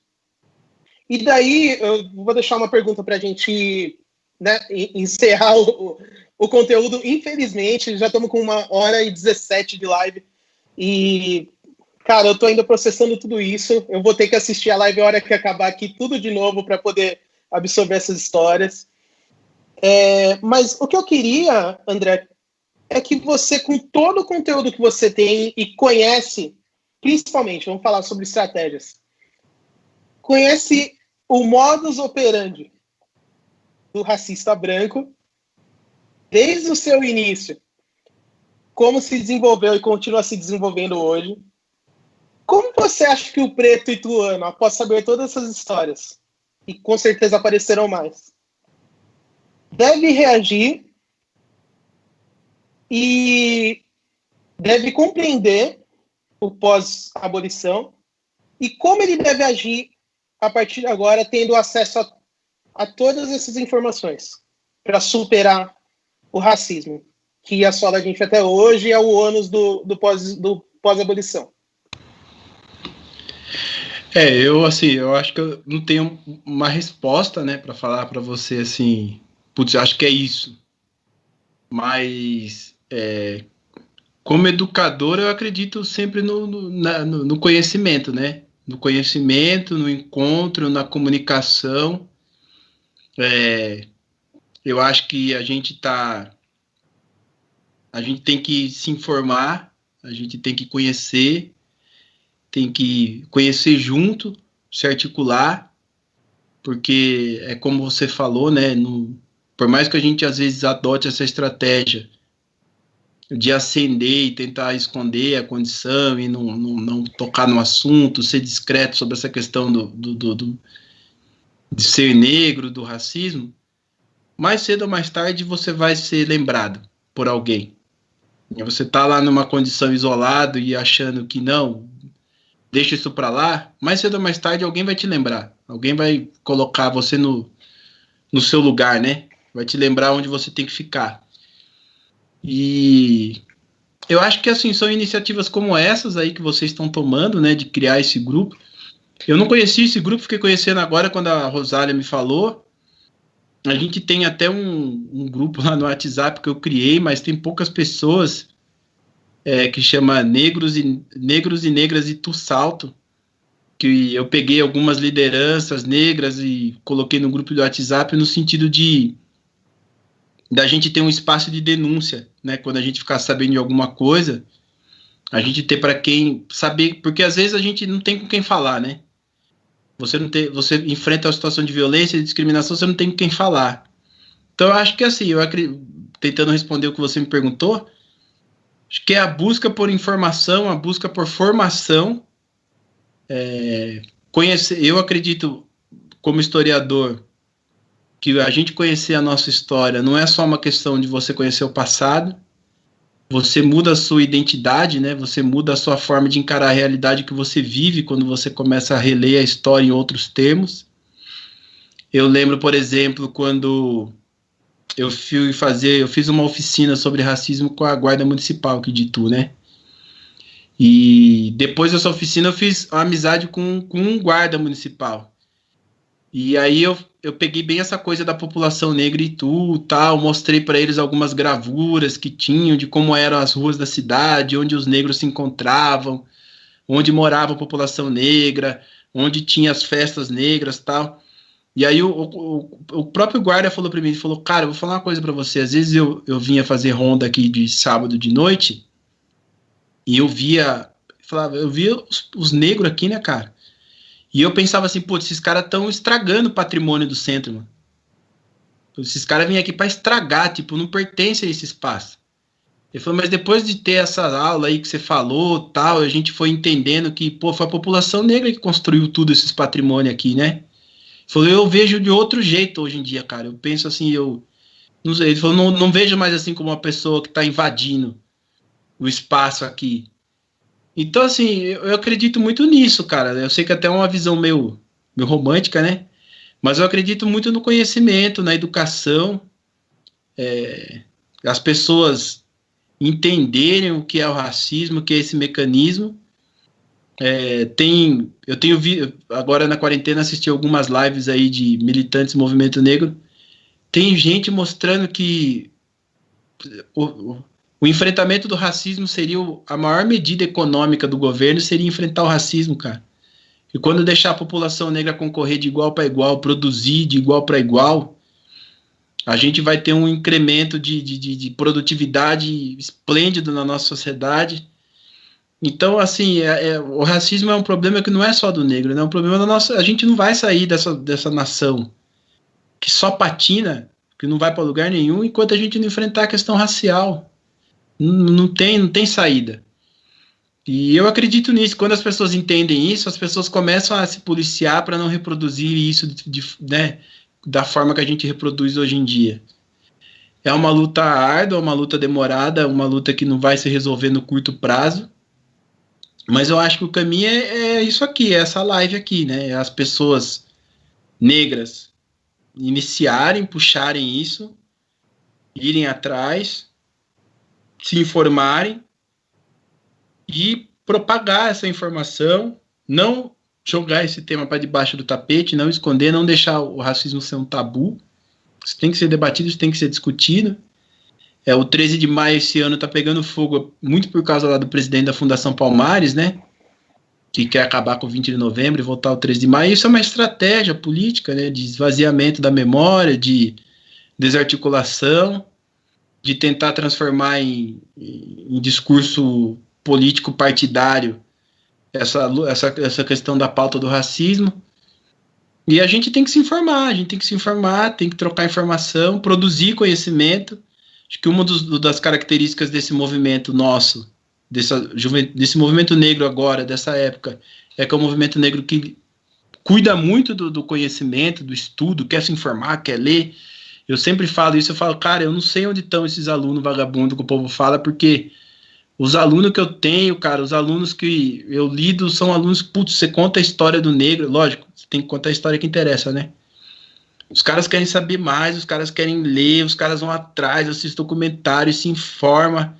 A gente vê essa geração nova do hip hop, do rap, como os caras se informam, conhecem história, conhecem literatura. Então eu acredito nisso, cara. Eu acho que a gente tá vivendo uma onda de reação conservadora, que não é à toa. Essa onda de reação conservadora é reflexo de um movimento quase estrutural que o movimento negro vinha fazendo no Brasil e continua fazendo. A gente vai ter que enfrentar essa onda conservadora aí, ter que bater de frente, né? As máscaras estão caindo, muitos dessas pessoas que lidavam com o racismo como um tabu estão se mostrando agora, né? Essa face conservadora, essa face violenta, né?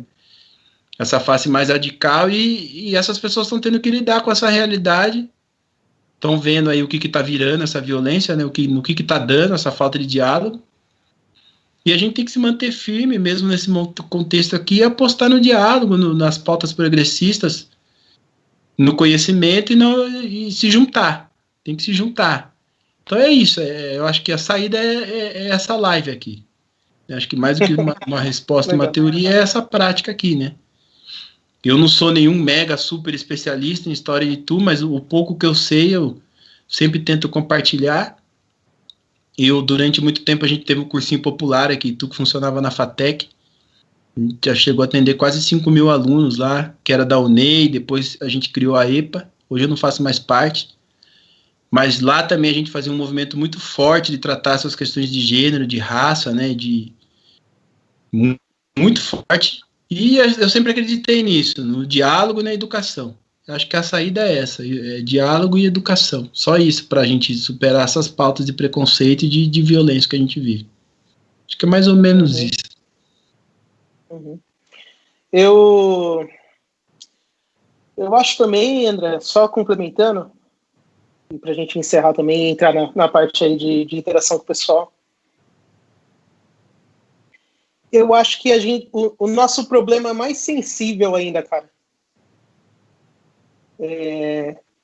Eu acho que a gente, como população preta ituana, a gente tem que conhecer a nossa história mais recente para a gente conseguir começar a entender que estamos todos no mesmo barco. Né? Nunca saímos dessa situação de comunidade preta, intitulada preta, né? Até porque foram os próprios brancos que criaram essa questão de nos separar pela cor da nossa pele, né? Isso é claro. E a gente entender que estamos juntos nessa situação de segregação, primeiramente social, geral, e uma situação de segregação entre nós. A gente não consegue conversar, dialogar, falar essas histórias, chegar a consenso, chegar a um discurso coeso sobre a nossa real no país. E na cidade, acho que na cidade principalmente. Mas eu acho que muito fruto disso é a falta realmente de informação. Foi como você falou, só através da educação e da disseminação de informações para a gente começar a entender pelo menos o que aconteceu com a gente. Então você entende que é onde está o sensível nessa, né? É um assunto muito sensível mesmo, que a gente tem que discutir mais aqui no grupo, entre nós pretos, principalmente, né? para a gente conseguir superar tudo isso. Então, eu vou lançar um desafio aqui no grupo para você que está assistindo o vídeo. Depois eu vou fazer uma postagem, tá? Pensando, isso foi uma ideia que eu tive agora, em cima de tudo que o André falou, em cima de tudo que a gente conversou aqui na live hoje. A ideia é a seguinte: você vai conversar com seu pai, com a sua mãe, com seu tio, que é mais velho, com a sua avó, quem tiver bisavó, e vai pedir para ela te contar uma história de como ela vivia aqui em Itu na época, como que era a juventude dela, como foi a infância. E vamos tentar identificar os ônus do pós-escravidão na vida dos nossos antepassados. Vamos começar por isso, e daí você vai escolher uma dessas histórias, vai ver a que mais marcante, a que de repente mais te emocionou, a que mais te identificou, tipo uma história que aconteceu comigo já aqui nos anos 2000, nos anos 90, que seja, e aconteceu lá com meu avô nos anos 60, nos anos 50, nos anos 40, para a gente descobrir se realmente as coisas mudaram e melhoraram ou não, se a gente não tem mais ônus do pós-escravidão ou não. Então você vai fazer o seguinte: tem o meu WhatsApp aqui na página, tá? E tem também o Messenger, tá? Aqui da página e do grupo. Ou posta no grupo. Você vai fazer um vídeo selfie, tá? Você contando essa história. A história do seu pai, da sua mãe, ou da sua avó. Eu mesmo tenho várias histórias aqui que eu quero contar.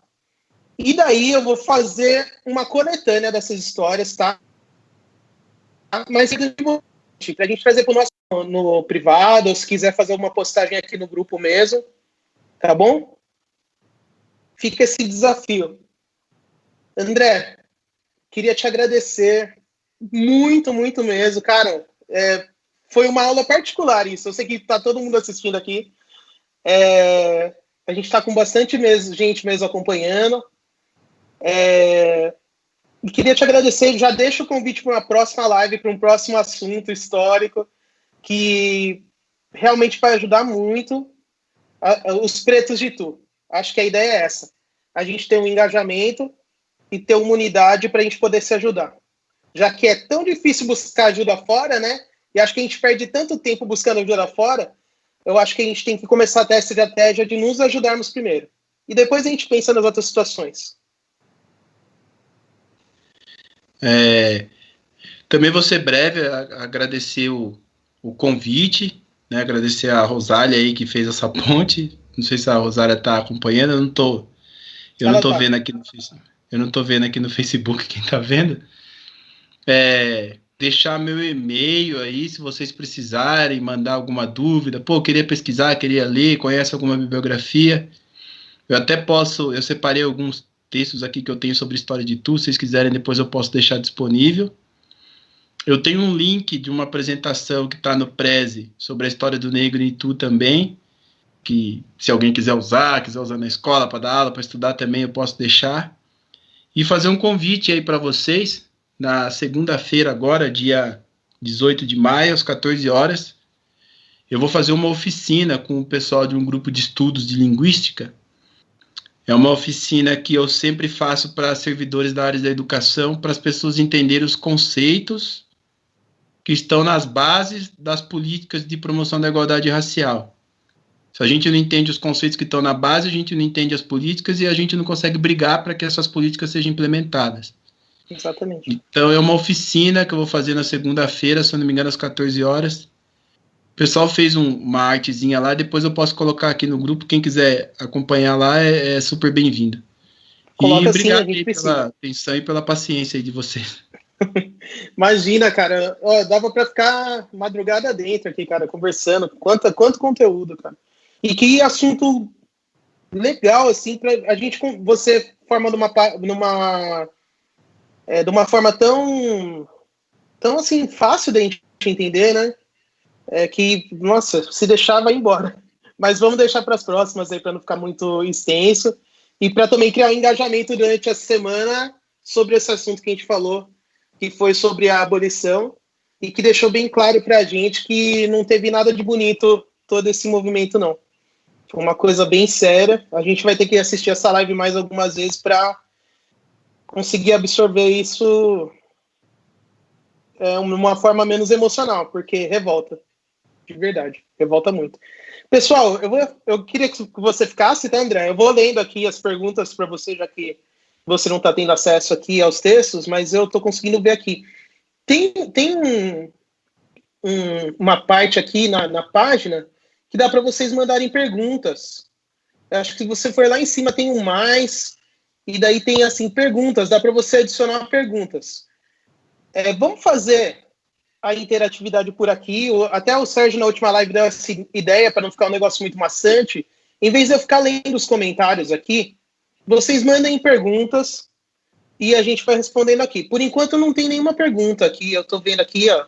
Eu não sei se vocês não estão conseguindo ter acesso a essa parte de perguntas e respostas, mas eu e o André vamos responder as perguntas, tá? Assim que vocês forem mandando. Enquanto vocês não vão mandando, eu vou lendo mesmo os comentários só para a gente ter uma interação, porque o intuito mesmo, na verdade, da live é ter esse engajamento, tá? Então, eu acho importante a gente ver aqui as opiniões das pessoas, tá bom? Deixa eu ver se alguém mandou alguma coisa falando, se achou lá, parte da pergunta. Cadu, você que é nosso parceiro aqui da página, na parte da administração, vê se você consegue aí mandar uma pergunta para mim. O Leonardo também, meu filho que está assistindo. Vê se vocês, a Susley, vê se vocês conseguem achar aí a parte de perguntas, vê se vocês conseguem mandar alguma coisa, para ver se funciona essa ferramenta. Se não funcionar, a gente vai aqui pelos comentários mesmo, tá bom? Deixa eu ver aqui, só um minuto. Vou selecionar alguns comentários, tá? Ó, a Elizabeth Teixeira, que é a nossa parceira aqui da página, está sempre participando. Obrigado, Elizabeth, pela interação, tá? Ó, recentemente fui levar um currículo em determinado lugar e a selecionadora perguntou se meu diploma era original. A gente já sabe onde está a origem disso, né, André?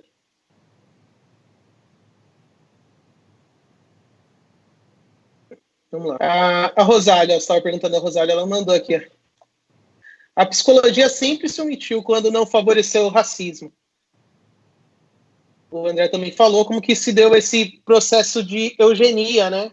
A gente pode englobar essa questão da psicologia também na ciência, né? E foi tudo baseado na ciência, né, André? Para se cometer essas maldades, né? Sim. Eu não entendi qual que foi a pergunta da Rosália, o comentário dela. Ela fez um comentário, na verdade.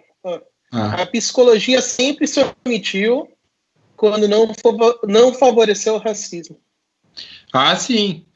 Eu conheço um grupo de estudos da psicologia da USP, um professor negro que desencadeou essa coisa do racismo e psicologia. Mas, assim, eu fui conhecer o trabalho dele, acho que em 2012, e fiquei muito interessado na época, tal, fui atrás, até tentei participar de uns grupos de estudo dele, e depois eu descobri que, assim, o cara era meio que pioneiro. E ele que estava começando com isso, e é um trabalho bem denso mesmo, um trabalho pesado, assim, uma teoria que eu não entendi muito bem, mas é uma coisa, assim, meio que o negro... A psique do negro é uma psique cingida, tem a ver com aquilo que você falou com Fanon, sabe? Que o negro é uma invenção do branco, então o negro nunca tem a existência plena, porque se ele for ser o negro, ele está sendo aquilo que o branco inventou. Exato. Se ele não for ser aquilo que o branco inventou, então é uma psicologia que vai por esse caminho, assim, dos traumas, disso, enfim, mas é uma coisa bem recente mesmo. E me chamou bastante atenção, assim, como ele cruzava números sobre drogação, doenças psicológicas, doenças cardíacas relacionadas com essa coisa da condição de negro insuportável, né, de se descobrir negro e lidar com essa condição de negro, como isso se transformava em coisa somática. Então é um campo em aberto da psicologia. Camila, aliás, este movimento é importantíssimo na minha... desculpa. Tá caindo aqui. Vou ler. Ixi, tá sumindo aqui os comentários. Vou ler rapidinho. Tá bom. A Camila falou sobre que foi importante para ela o relacionamento afrocentrado, né? Olha, esse é um assunto aí que vai dar pano para manga aqui no grupo, na página.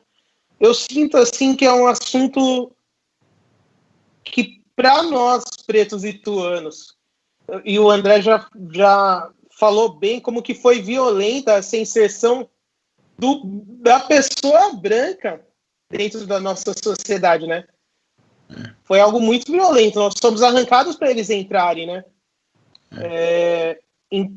Então, quando entra nessa questão dos relacionamentos, eu também acho que há uma violência grande, principalmente por conta da miscigenação. A gente sabe como que a miscigenação começou.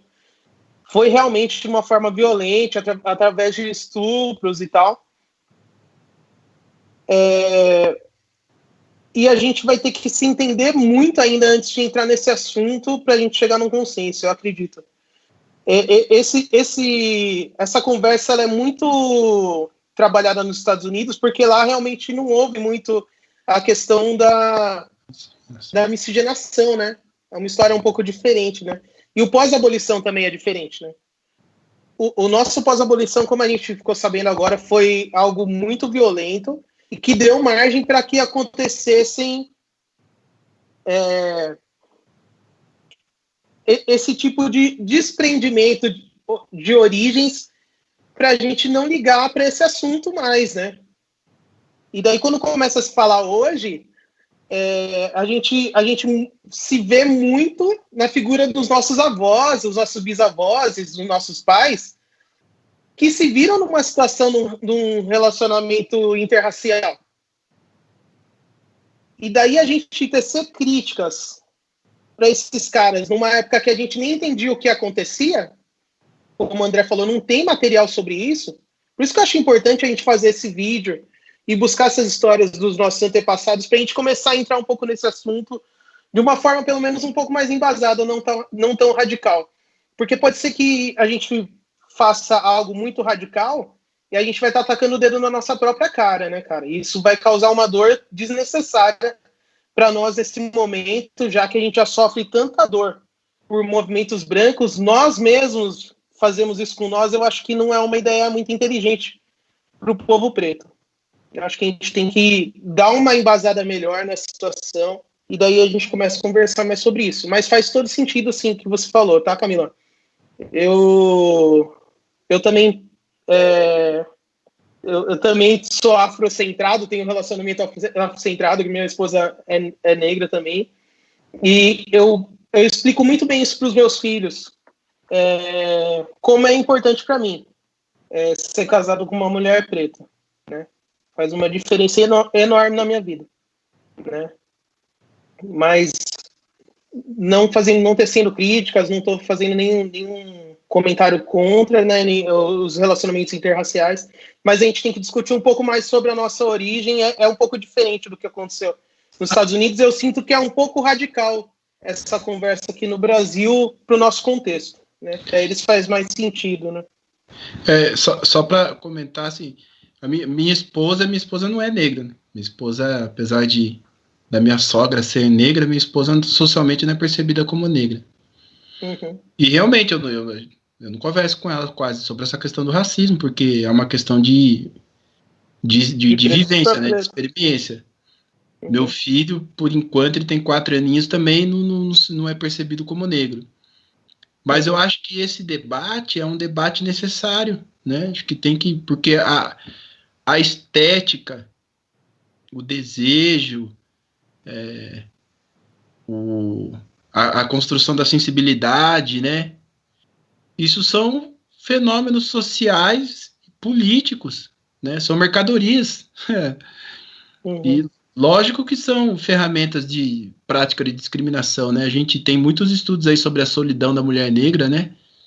Sobre Sim. a dificuldade da mulher negra de estabelecer relacionamento afetivo, né? De compromisso civil estável. Eu acho que isso é uma questão que tem que ser discutida. Eu não tive a oportunidade de discutir isso na minha adolescência. Nossa, na minha adolescência jamais você falaria uma coisa dessa, né? Era um tabu, né? Era um tabu e eu desenvolvi toda a minha a minha sensibilidade estética voltada para mulher branca, que é o que eu via na televisão, que é o que a gente via nas capas da Playboy. Eu não tenho problema nenhum em falar isso, né? Em assumir isso. Isso é um problema, mas assim, eu assumo isso, minha sensibilidade. Tem a questão da hipersexualização do homem negro também. Depois que eu entrei na faculdade, que eu estava grande, que tal, comecei a estudar, eu comecei a entender isso. Mas isso é algo que se você não trabalha no adolescente, se você não trabalha isso, né, constantemente por canais diversos, é difícil. Então é um tema, tem que ser discutido, tem que ser pensado, sim. Mas eu concordo com você, tem que ser bem fundamentado, porque senão você gera radicalismo que não vai acrescentar em nada, né? Exatamente. Vamos ver mais os comentários aqui? Vamos lá. É que os comentários vão subindo, a gente acaba perdendo, mas depois a gente vai comentar no grupo e aqui na página também, tá? Mas, ó, Maria Sueila Ferreira, onde foi parar o povo preto ituano? Então, a gente tem que estar aqui, Esse grupo, esse espaço é para isso mesmo, é para a gente estar aqui. Preto ituano inserido em grupo para a gente discutir esses assuntos, debater, ter acesso a conhecimento, a histórias, para a gente poder conversar. Bom, vamos falar, o grupo é para isso, é para a gente poder conversar, é isso que a gente está fazendo hoje. O Gabriel falou que eu tô chocado, eu tô mesmo. Tô chocado com essa história toda, cara. Eu não imaginava realmente que tinha acontecido tudo isso. E que a gente precisa saber mais coisas sobre o que aconteceu e a gente não sabe porque nos foi tirado isso, né? De uma forma muito maldosa. Em Itu, nós sendo pretos ituanos, sabendo que foi dessa forma, é chocante mesmo. É assunto para a gente discutir entre família mesmo e tô doido para ir na casa dos meus pais para conversar com eles sobre isso. Vamos lá. Vou continuar aqui. Calma aí. Eu tô pegando os comentários mais relevantes, tá? Tem bastante gente perguntando sobre o seu grupo de WhatsApp, eles querem participar, tá? Pessoal também perguntando aqui sobre o grupo, que quer participar, é isso mesmo. Vamos aumentar o engajamento, tá? Depois você vai passar, né, André? Pra gente fazer um post aqui no grupo para as pessoas poderem participar também. Não sei como é que eu faria isso, mas... A gente combina, tá, sem problema. Você me ajuda. Vamos lá.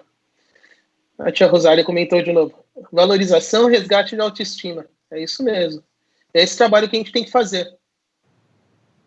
O Rafael Budart. O conhecimento é libertador. A história tem que, acho que ser lembrada sempre, mesmo que ela não esteja contada em livros. Até porque ela não está nos livros, né? A gente nem considera mais. A população preta, na verdade, já há alguns anos, já está fora é algo que a gente conseguiu superar. Porque sempre houve essa armadilha nas escolas, nos livros de história, nos contarem uma história que nunca colou. Até porque nem existia essa história. Essa história foi ocultada. São pessoas como o André, como a tia Rosália, as pessoas que estudam, as pessoas pretas que têm um interesse, além do comercial em cima disso, tem uma causa por trás disso, é que conseguem trazer para a gente essas histórias. E hoje já são muitos pretos que conseguiram superar isso e chegarem nesse patamar que eles estão hoje, intelectuais, e que está fazendo diferença. Então a gente ouve esses caras. Acho que boa parte da população preta acredita mais nos pretos falando sobre essas histórias do que os livros, né? Acho que tem o Laurentino Gomes, né? Eu estava vendo ontem uma live dele, que ele está fazendo agora esse livro sobre escravidão, que é um historiador assim bem sério.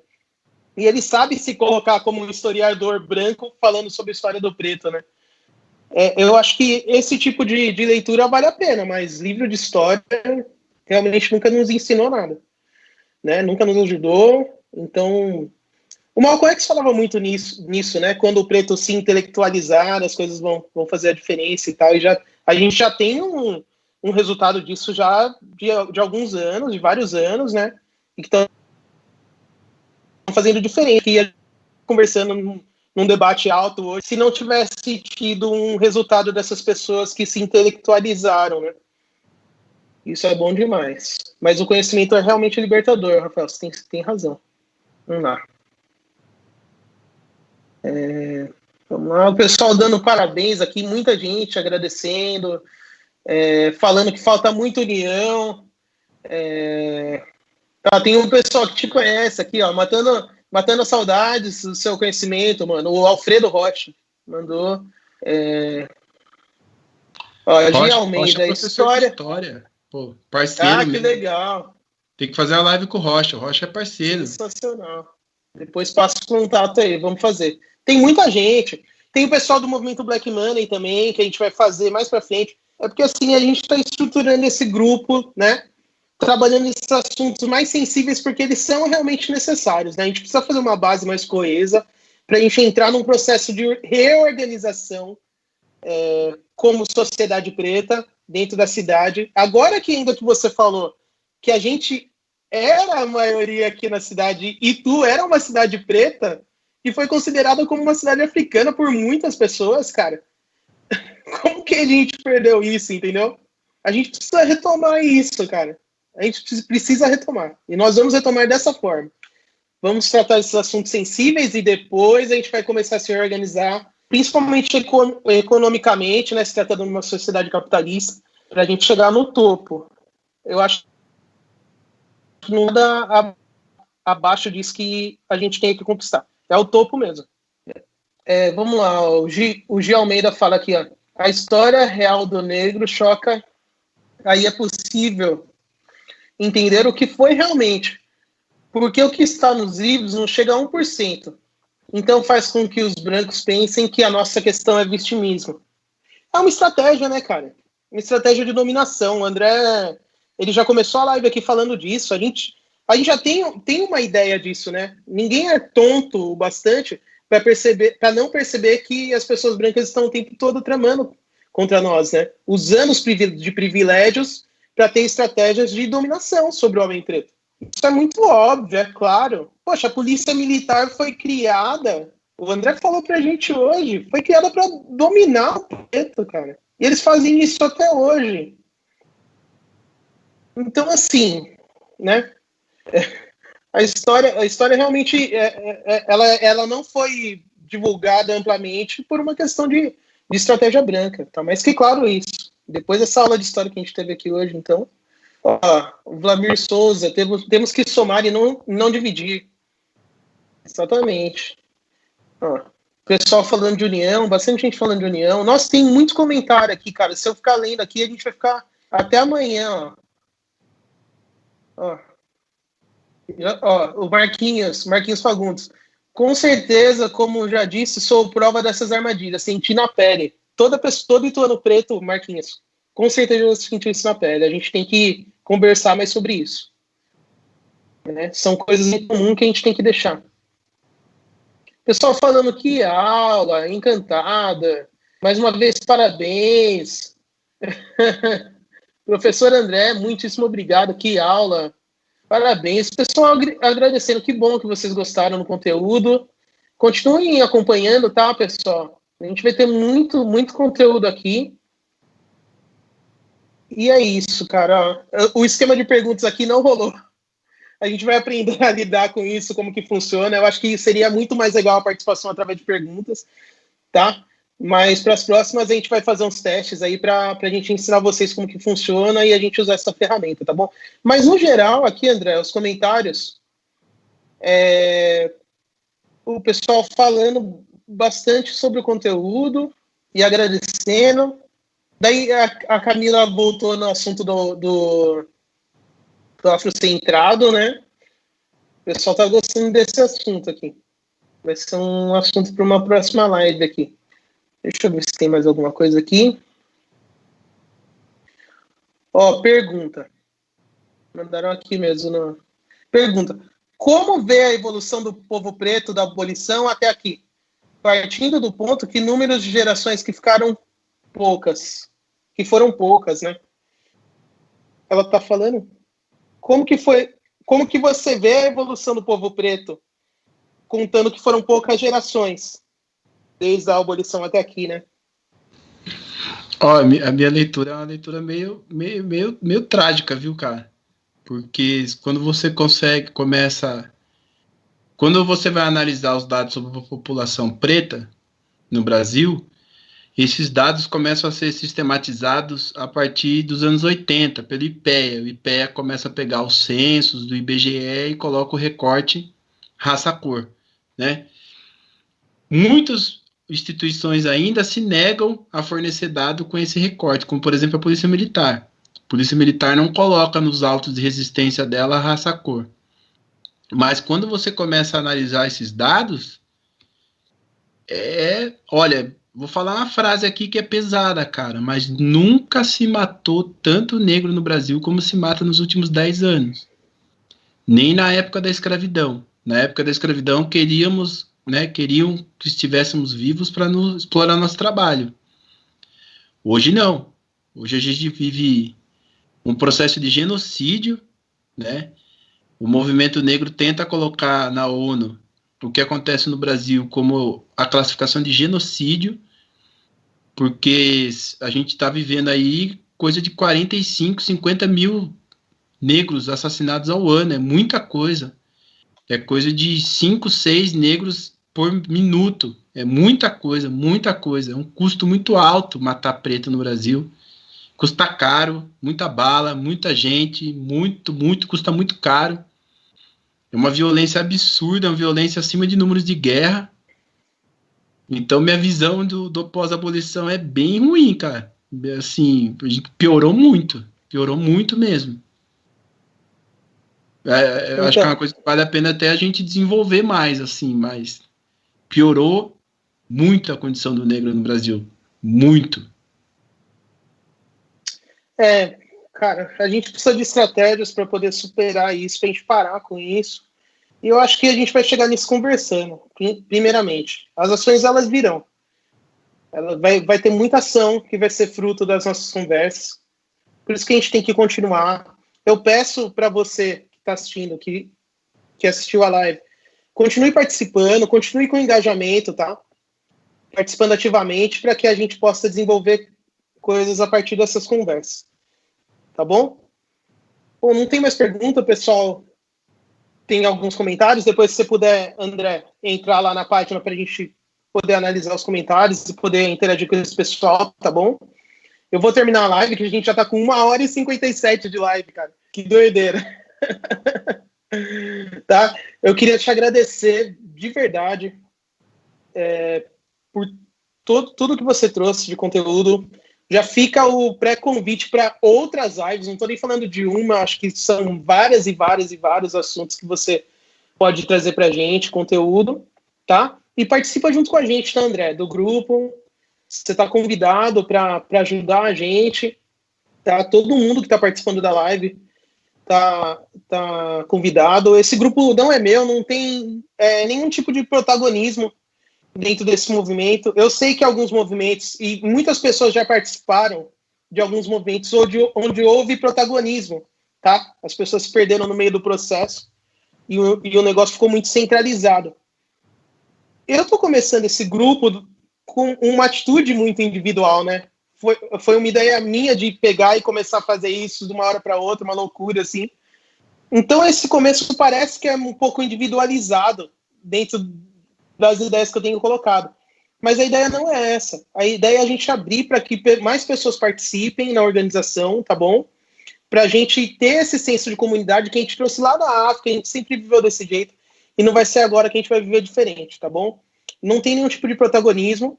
Vocês todos estão convidados para participar desse grupo, tá? Pode ser que as próximas lives, outras lives, nem seja eu que esteja aqui, tá bom?